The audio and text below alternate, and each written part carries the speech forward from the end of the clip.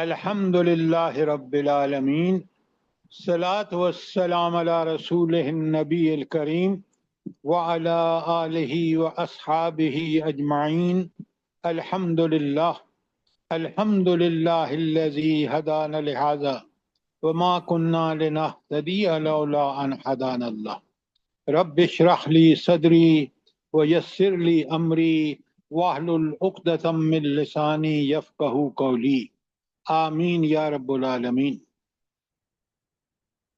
ہم نے آج سے شروع کرنی ہے یہ جو 4 کل ہیں، تو ہم پہلا کل جو ہے قل یا ایھا الکافرون شروع کر رہے ہیں، اور آپ سب لوگ اپنے کاپی اور پین اپنے ہاتھ میں رکھیں۔ بہت امپورٹنٹ نوٹس ہوتے ہیں جو آپ تیار کر لیں تو پھر صورت بالکل واضح ہو جاتی ہے، اور میری کوشش ہوگی کہ میں آپ کو وہ ساری چیزیں جو میرے آپ کے سمجھنے کے لیے ضروری ہیں وہ آپ کے سامنے رکھوں۔ اچھا، قرآن کو سمجھنے کے لیے کیا چیز ضروری ہے؟ بڑی ضرورت ہے جس چیز کی، وہ کیا ہے؟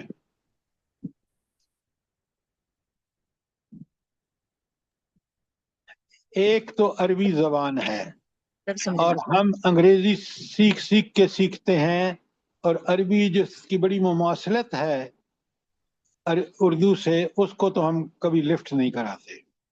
نتیجہ یہ ہے کہ قرآن ثواب کے لیے پڑھتے ہیں اور سمجھ کے نہیں پڑھتے۔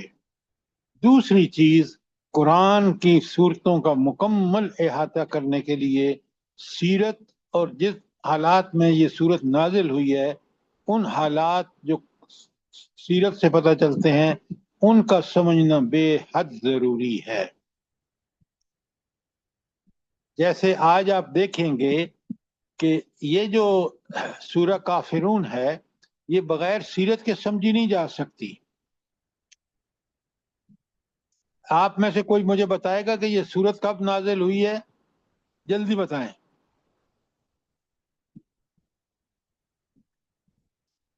کیوں؟ اس لیے کہ یہ بڑا ضروری ہے کہ ہمیں اس زمانے کے حالات پتہ ہوں۔ اب بڑے غور سے سنیے، اس کو میں نے خوب چھانا پھٹکا ہے تو مجھے یہ پتہ چلا کہ یہ سورت جو 5ویں سال نبوت کے نازل ہوئی ہے، یعنی نبی کریم صلی اللہ علیہ وآلہ وسلم کے نبوت کے 5ویں سال نازل ہوئی ہے۔ اب یہ لکھتے جائیں، پہلی بات۔ دوسری بات یہ ہے کہ 5ویں سال میں حالات کیا تھے جب یہ صورت نازل ہوئی ہے، کیونکہ اس صورت کو بالکل آپ فٹافٹ سمجھ جائیں گے اگر آپ کو وہ ساری کیفیات سامنے ہوں جن کا اللہ تعالی حل بتا رہے ہیں۔ قرآن انہی مشکلات کا حل ہے جو نبی کریم صلی اللہ علیہ وسلم، صحابہ اور صحابیات کو پیش آئے۔ اچھا، اب میں نے آپ سے بتایا کہ یہ سورت 5 نبوی میں نبوت کے 5ویں سال نازل ہوئی ہے۔ اب ذرا غور سے سنیں بات کو۔ پہلے 3 سال جو نبوت کے تھے، نبوت کا پہلا، دوسرا اور تیسرا سال، اس میں کیا ہوا بتائیں؟ میں نے آپ کو پڑھا چکا ہوں۔ اس میں فردن سب کو دعوت دی گئی تھی، مگر بہت احتیاط سے، اس کا اتنا زیادہ شور نہیں تھا۔ شاباش۔ دعوت جو ہے وہ سینہ بسینہ چلی، پرسن ٹو پرسن، لیکن نبی کریم صلی اللہ علیہ وسلم، صحابہ اور صحابیات نے سر عام دعوت نہیں دی۔ تو 3 سال میں جو لوگ مسلمان ہوئے وہ اسی طریقے سے دعوت سے ہوئے۔ پھر نبی کریم صلی اللہ علیہ وسلم کو سب پہلا حکم کیا ہوا، اور آپ نے اپنے خاندان والوں کو جو دعوت دی ہے تو وہ حکم کہاں آیا ہے؟ بتایا میں نے سب؟ جی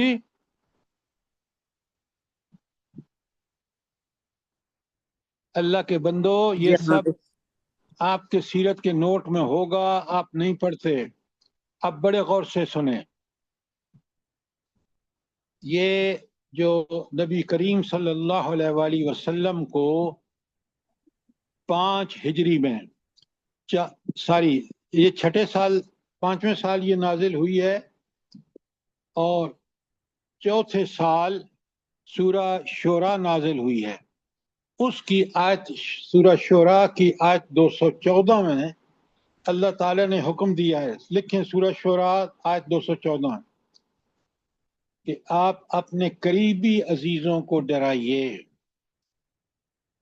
تو آپ صلی اللہ علیہ وسلم نے پورے خاندان کو اکٹھا کیا 2 دفعہ. ایک دفعہ بلایا وہاں پر گھر پہ دعوت میں اور دعوت دی، لیکن گڑبڑ کس نے کی؟ جلدی بتائیں. ابو لہب نے. ابو لہب نے. شاباش، ویری گڈ. اور اچھا یہ اس نے مخالفت کیوں کی، یا خاندان کے لوگوں نے جنہوں نے مخالفت کی اس کی وجہ کیا تھی؟ کہ مفادات پہ زد پڑ رہی تھی. صرف اتنی بات نہیں ہے، آپ نے بھی پوری طرح پڑھا نہیں ہے کہ ان کو مسئلہ یہ پیش آ رہا تھا کہ کعبۃ اللہ کے متولی تھے اور انہوں نے اس کا فائدہ یہ اٹھایا کہ بڑا بدامنی کا زمانہ تھا، یہ کعبہ کے متولی ہونے کی حیثیت سے جہاں چاہتے تھے ان کو خصوصی مرات بھی حاصل تھیں دوسری جگہوں پہ. لہٰذا انہوں نے کہا کہ یہ نبی جو دعوت لے کے آئے ہیں، اگر اس دعوت پہ ہم چلے تو پھر تو ہمارا وہ سٹیٹس بڑا ڈسٹرب ہوگا، اور ہم ایک اللہ کی عبادت ہم نے تو بت پتہ نہیں کہاں کہاں رکھوا دیے ہیں، کعبۃ اللہ میں بھی رکھوا دیے ہیں. لہٰذا یہ ساری چیزیں آپ سیرت بھول رہے ہیں. تو اب کیا ہوتا ہے کہ وہ فوراً مخالفت کرتا ہے ابو لہب. کیوں؟ اس کو پتہ ہے میری چودراہٹ اور ہماری قریش کی چودراہٹ ختم ہو جائے گی. لہٰذا یہ تھی بڑی وجہ کہ اس نے مخالفت کی. اچھا، پھر آپ مجھے یہ بتائیں کہ اللہ تعالیٰ نے جب عام دعوت کا حکم دیا تو کہاں اور کون سی آیت؟ یہ 4 ہجری میں نازل ہوئی ہے، ساری 4 نبوی میں، نبوت کے 4تھے سال. جی آپ لکھیں، میں نے کہا نا. جی کوہ سورہ صفا شورا میں. میں نے آپ سے آیت پوچھی ہے، آپ مجھے کوئی صفحہ بتا رہے ہیں. سوال کا جواب ٹھیک دیا کریں ورنہ چپ رہا کریں. ضروری ہے کیا؟ بہت عمدہ افضال صاحب، بہت عمدہ. فَاصْدَعْ بِمَا تُؤْمَرُ، جس کا حکم دیا جا رہا ہے کھلے عام بیان کرو. یہ ہے سورہ حجر کی 15. اگر آپ کو جواب نہ ہو تو چپ رہیں، ورنہ سوال سمجھیں اور اگر جواب ہے تو دیں، ضرور دیں.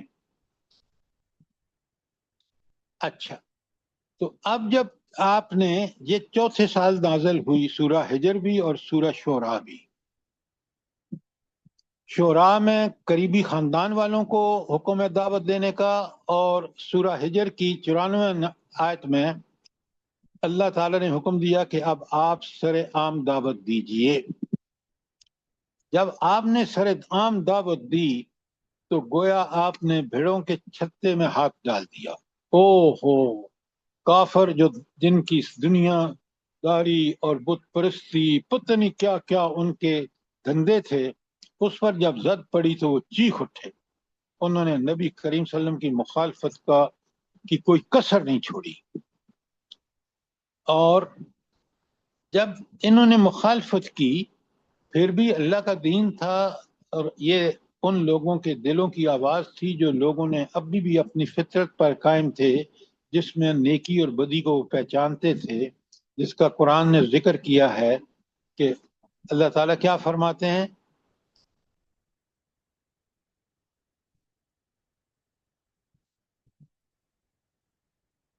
فَأَلْهَمَهَا فُجُورَهَا وَتَقْوَاهَا. اب یہ حضرت خدیجہ الکبریٰ ہوں، حضرت ابو بکر صدیق ہوں، ان لوگوں کے دلوں میں یہ بات بالکل ابھی تک قائم اور دائم تھی. فوراً دعوت کو قبول کیا. اور اس کے بعد آپ دیکھیں کہ جب کافروں نے انتہا کر دی، دیکھیں 4 ہجری میں حکم ہوا، دعوت شروع ہوئی، اور اتنی صورتحال خراب ہو گئی کہ ہجرت حبشہ کب ہوئی ہے؟ جلدی بتائیں. یہ آپ کو زبانی یاد ہونا چاہیے قرآن کے طالب علم کو. 5 ہجری میں پہلی پانچ ہجرت نب- حبشہ پانچ ہوئی ہے. نبوی میں جی 590 پانچ میں. جزاک اللہ. 590 میں 14 مرد اور 4 عورتیں تھیں جنہوں نے 12 مرد تھے اور 4 عورتیں تھیں جنہوں نے ہجرت کی 590 میں. تو 490 میں دعوت سے عام شروع ہوئی اور مکے میں رہنا مشکل ہو گیا مسلمانوں کا. تو حضور نبی کریم صلی اللہ علیہ وآلہ وسلم نے صحابہ اور صحابیات سے کہا کہ جو لوگ اتنے تنگ کیے جا رہے ہیں وہ ہجرت کر جائیں حبشہ میں. تو شاہ نجاشی بہت عمدہ انسان تھے. آپ کو پتہ ہے نبی کریم صلی اللہ علیہ وآلہ وسلم نے ان کا غائبانہ نماز جنازہ بھی پڑھائی. لہذا جب یہ وہاں پہنچ گئے امن و سکون کے ساتھ رہے تو قریش مکہ نے ایک وفد بھی بھیجا وہاں تاکہ ان کو وہاں سے نکلوائیں. تو یہ 590 کا واقعہ ہے اور 690 میں سورہ کافرون نازل ہوئی ہے. اب ہمیں پتہ چلا کہ یہ تھے وہ حالات جب سورہ کافرون نازل ہوئی ہے. اتنی بات آپ کی سمجھ میں آ گئی ہے؟ اگر نہیں تو کوئی سوال ہے تو ضرور کریں. شاباش.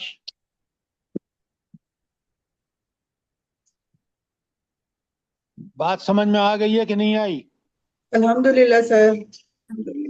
اچھا اب آپ دیکھیں کہ اس صورت میں جو اللہ رب العالمین فرما رہے ہیں کافروں کو، تو آپ دیکھیں یہ جملہ جو ہے کہ آیت شروع ہو رہی ہے کل یا ایھا الکافرون، کہ اے کافرو. تو ان کو خطاب ان کے کفر کی وجہ سے کیا جا رہا ہے. اچھا اب یہاں ایک سوچنے کی بات ہے کہ یہ کافر تو نہیں تھے، یہ تو اپنے آپ کو دعویٰ کرتے تھے کہ ہم حضرت ابراہیم کی اولاد ہیں اور ہم تو اللہ کو مانتے ہیں. اور اگر ساری آیات آپ دیکھیں نا کہ جس میں کافر اعتراف کرتے ہیں کہ اللہ خالق ہے، اللہ رازق ہے، اللہ مالک ہے، تو آپ وہ ساری آیتیں میں بھیج چکا ہوں، آپ کو بھیج چکا ہوں نہیں بھیج چکا ہوں؟ ام عبداللہ بتائیں. السلام علیکم ورحمۃ اللہ وبرکاتہ. سر جی میں ابھی آئی ہوں تو آپ سوال کریں. ہاں تو آپ پہلے کہاں غائب تھیں؟ سر جی وہ تھوڑا سا کام تھا. اچھا کام سے زیادہ یہ اہم ہے کیونکہ میں نے ابھی تک سارا بتایا ہے کہ 4 ہجری میں نازل ہونے والی 2 صورتیں، سورہ شعراء اور سورہ جو ہے آپ کی ہجر سر ہجر. سورہ شعراء میں اللہ تعالیٰ نے حکم دیا آیت 214 میں کہ اپنے اہل خانہ کو ڈرائیے، اپنے قریبی رشتہ داروں کو ڈرائیے. اور سورہ ہجر کی جو آیت ہے 94 اس میں کہا کہ اب آپ سر عام دعوت دیجیے. اب جب آپ صلی اللہ علیہ وسلم نے یہ کام شروع کیا تو قریش تو چڑھ دوڑے، اور سرداران قریش نے کیونکہ ان کو جو مراد حاصل تھیں کعبۃ اللہ کی وجہ سے، تجارت کے حوالے سے، انہوں نے کہا کہ یہ تو اگر ہم نے اللہ کے اس دین کو جو نبی کریم صلی اللہ علیہ وآلہ وسلم بتا رہے ہیں، ہم نے تو پتہ نہیں بت کعبۃ اللہ میں بھی رکھوائے ہوئے ہیں، ہر جگہ ہمارے بت ہیں، بتوں کی پوجا ہوتی ہے، لوگ ہماری عزت کرتے ہیں. تو جب ایک توحید، ایک اللہ کی دعوت پر عمل کرے گے تو یہ تو سارا مسئلہ گڑبڑ ہو جائے گا. اب سمجھ رہی ہیں آپ کہ نہیں؟ جی سر جی. تو آپ نے یہ سارا مس کیا، میں دہرا رہا ہوں صرف آپ کے لیے. تو اب سوال یہ پیدا ہوتا ہے کہ 6 سال نازل ہوئی ہے سورہ کافرون. یہ ہیں وہ حالات. اب ذرا میں آپ کو تاریخی منظر اور کلیئرلی بتاتا ہوں، اور یہ میں نے تفہیم القرآن سے لیا ہے جو سید مودودی نے کمال کی بات لکھی ہے.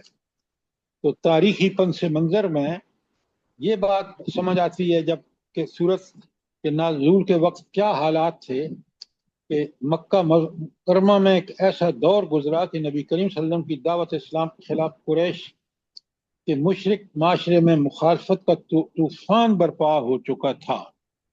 وہ میں نے آپ کو بتا دیا. اور قریش کے سردار اس بات سے بالکل مایوس تھے کہ یہ شخص جو کچھ کہہ رہا ہے ہمارے برخلاف ہے، اور ان کو ابھی بھی شبہ تھی کہ کوئی مصالحت تو نکل ہی سکتی ہے۔ وجہ یہ تھی کہ مخالفت کے باوجود دین تو پھیل رہا تھا، لوگ اسلام قبول کر رہے تھے، ہجرتیں تک ہو رہی تھیں، حبشہ کی ہجرت آپ کو پتہ ہے 5ویں سال ہوئی ہے۔ تو جی اس سر۔ لیے وہ کبھی آپ کے پاس تجویزیں لے کے آتے، کبھی آپ کے چچا ابو طالب جو آپ کی کفالت کرتے تھے ان کے پاس لے کے آتے کہ کوئی صلح کی صورت نکل آئے۔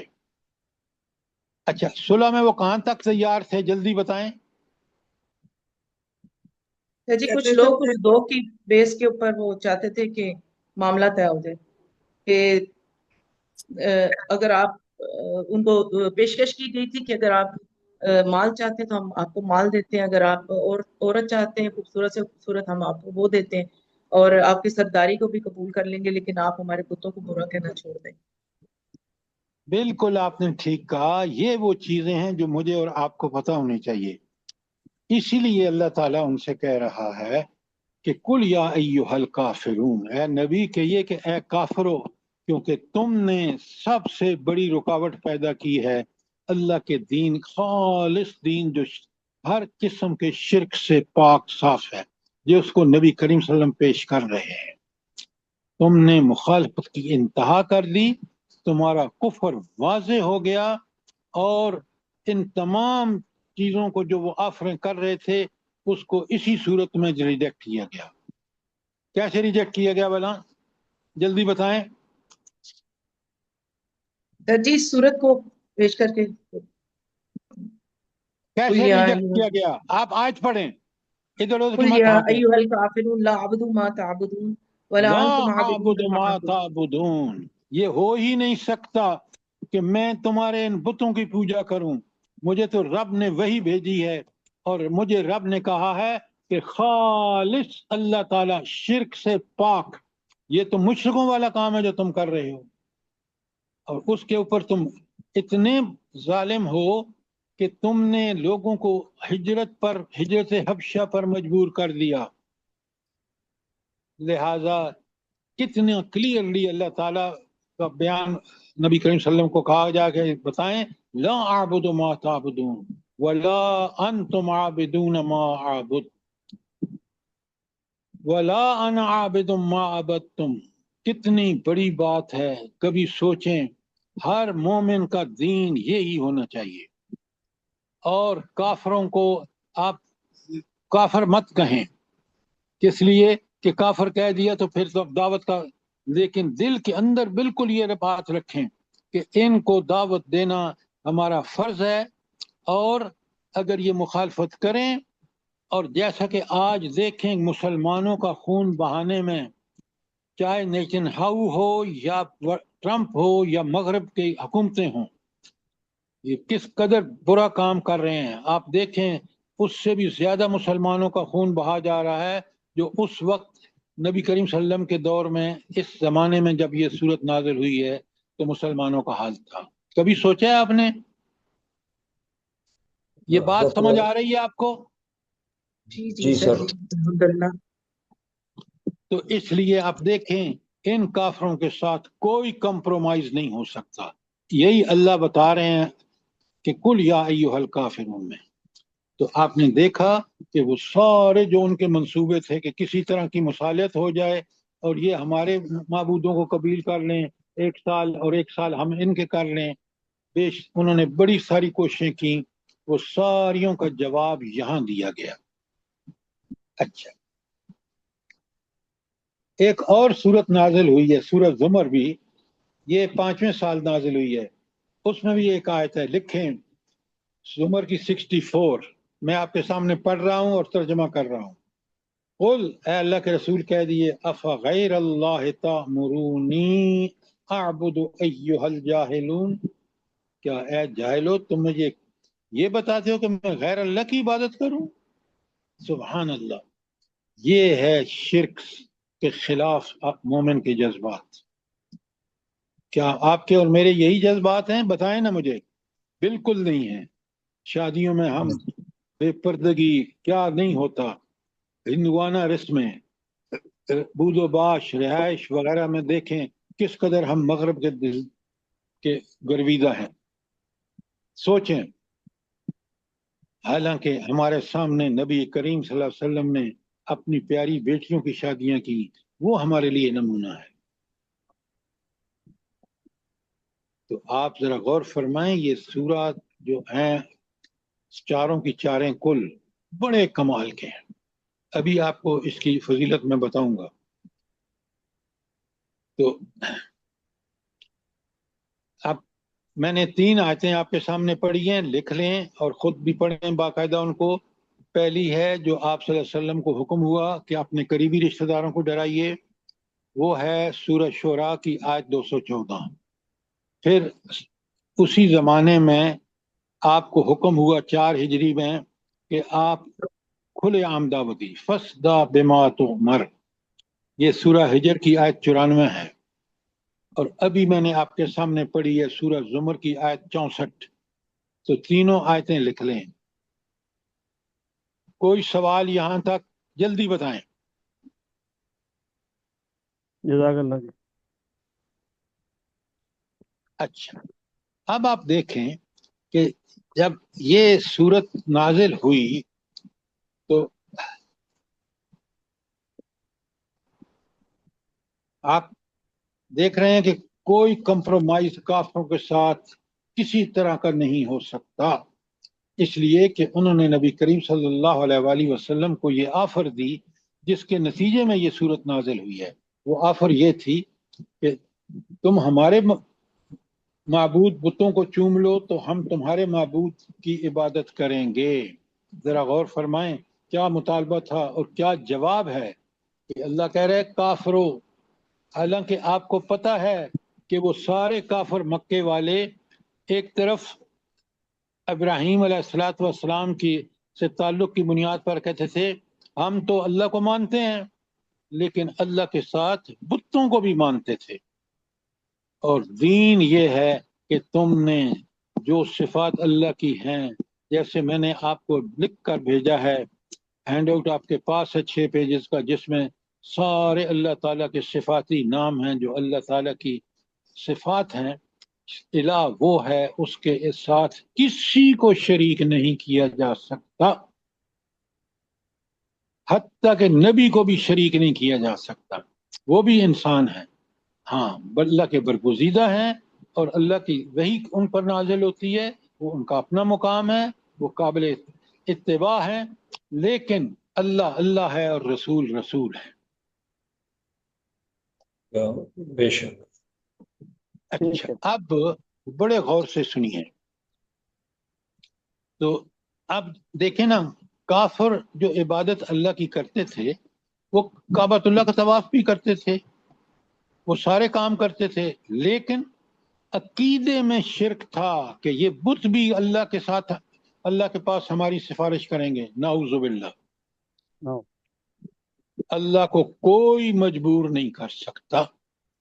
اللہ طاقت، قدرت، اختیار، میں نے کل آپ کو لکھ کے بھیجا ہے کہ اللہ کس طرح سورہ صرف ایک آیت جس کو ہمیں پڑھنے کا حکم ہے آیت الکرسی، کہ اس میں جو صفات بیان ہوئی ہیں کہ اللہ کا اقتدار اور اختیار کیسا ہے. اللہ اکبر. یہ ہینڈ آؤٹ سارے سنبھالیں، ان کو پڑھیں، ان کو سمجھیں. تو اب اس صورت کو قرآن میں اس لیے رکھا گیا کہ تاکہ ہم مسلمان پوری طرح سمجھیں کہ اللہ کی عبادت، کیونکہ قرآن خود کہتا ہے کہ انبیاء کو بھیجنے کا مقصد ہی یہ تھا کہ تم صرف اللہ ہی کی عبادت کرو. لہذا اب آپ دیکھیں کہ اسی صورت کو اللہ کے رسول صلی اللہ علیہ وسلم نے کتنا ارشاد فرمایا نبی کریم صلی اللہ علیہ وسلم نے کہ بڑے غور سے سنیں.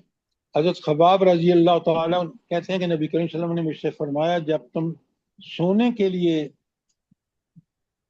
اپنے بستر پر لیٹو تو قل یا ایھا الکافرون پڑھ لیا کرو. اور حضور کا خود بھی یہ طریقہ تھا کہ آپ سونے کے لیے جاتے تو یہ سورت پڑھ کر پڑھ لیا کرتے.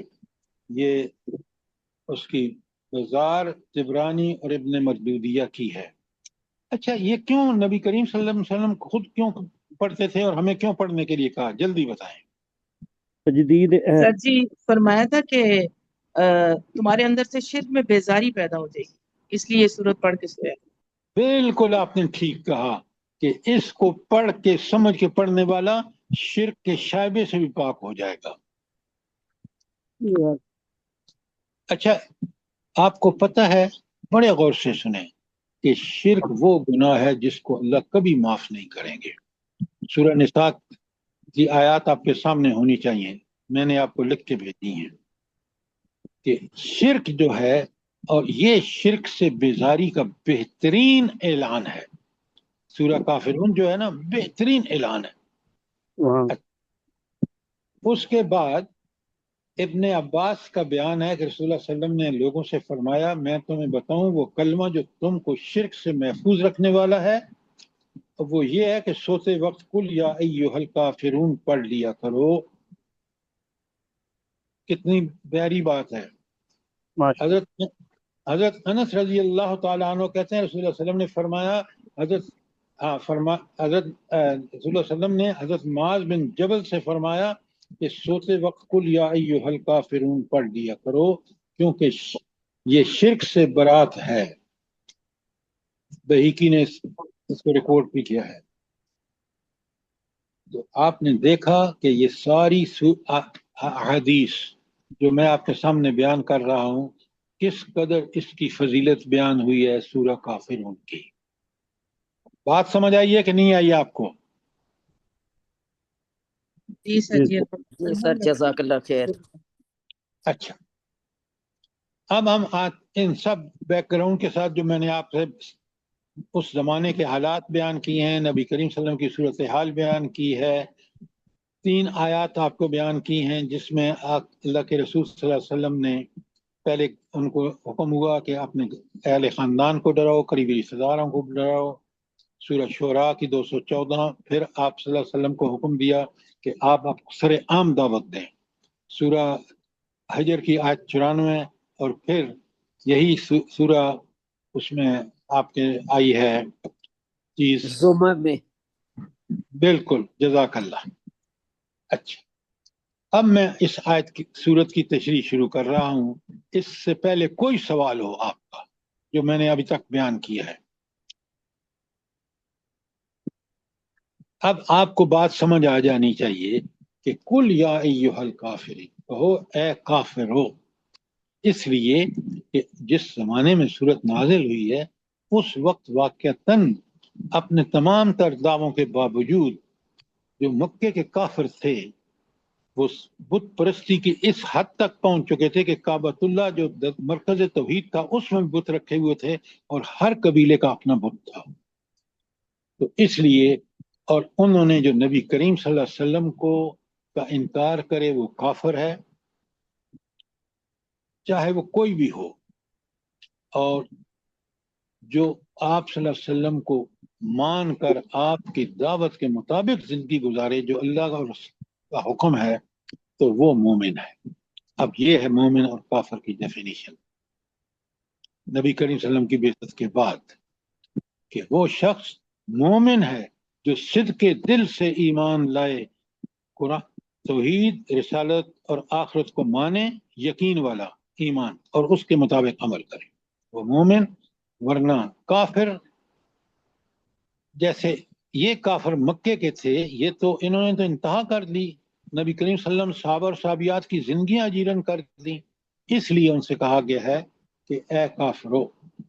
اچھا اب پہلے آپ اس کو بڑی طرح اچھی طرح سمجھ لیں کہ اللہ تعالیٰ نے ان کو جو میں نے آپ کو بتا دیا کہ ایمان، حقیقی ایمان کیا ہے، شعوری ایمان کیا ہے.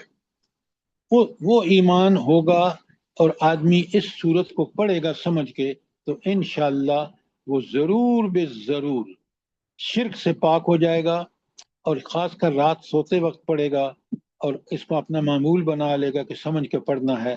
تو آپ یقین مانیں تو اس کو شرک سے بیزاری جو ہے اللہ تعالیٰ عطا فرمائے گا.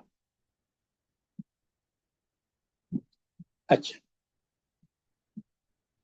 یہ چیز جو ہے یہ جب ہمارے اندر ہو جائے نا تو پھر ہم کوئی کافرانہ رسم جو ہے اس کو اپنانا یقین مانے گویا ہم کفر کی طرف لوٹنے والے ہیں، یہ سمجھیں گے،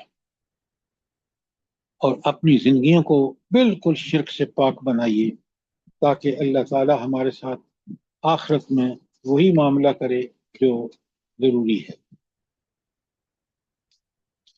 اچھا، اب اگر آپ غور فرمائیں نا تو قرآن نے کھول کھول کے بتایا کہ خالص کسی شرک کے شائبے کے بغیر اللہ کی عبادت کرو۔ میں آیات آپ کو لکھوا دیتا ہوں تاکہ آپ ان کو دیکھ لیں اور قرآن کا یہ مطالبہ کتنی مرتبہ ریپیٹ ہوا ہے۔ دیکھیں سورہ النساء کی آیت 145 اور 146،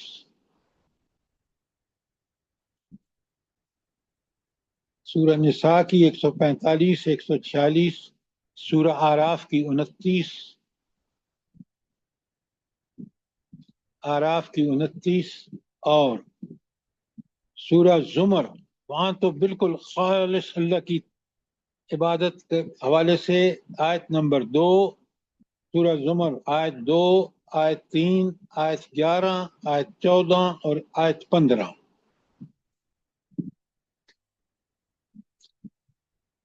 اس کے بعد سورہ مومن 40 نمبر پر ہے جو ہم نے ان آیات صورتوں کے بعد پڑھنی ہے، اس کی آیت 14، آیت مومن 14 اور مومن کی 65 اور 66۔ برائے کرم اپنے آپ کو عادی بنائیں تاکہ ہم قرآن سے تشریح جب سمجھیں گے تو یقین مانیں اللہ تعالی ہمیں ایسا ایمان نصیب فرمائے گا کہ ہم برائی کے قریب بھی نہیں پھٹکیں گے انشاءاللہ۔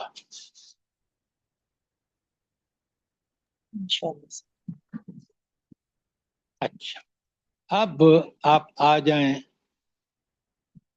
پہلی آیت، کیوں کافروں کیوں کہا اتنا سخت؟ اس لیے کہ انہوں نے اپنے کفر کا زندہ جاوید ثبوت دے دیا کہ مکے میں مسلمانوں مومن عورتوں اور مردوں کے لیے رہنا دو بار ہو گیا۔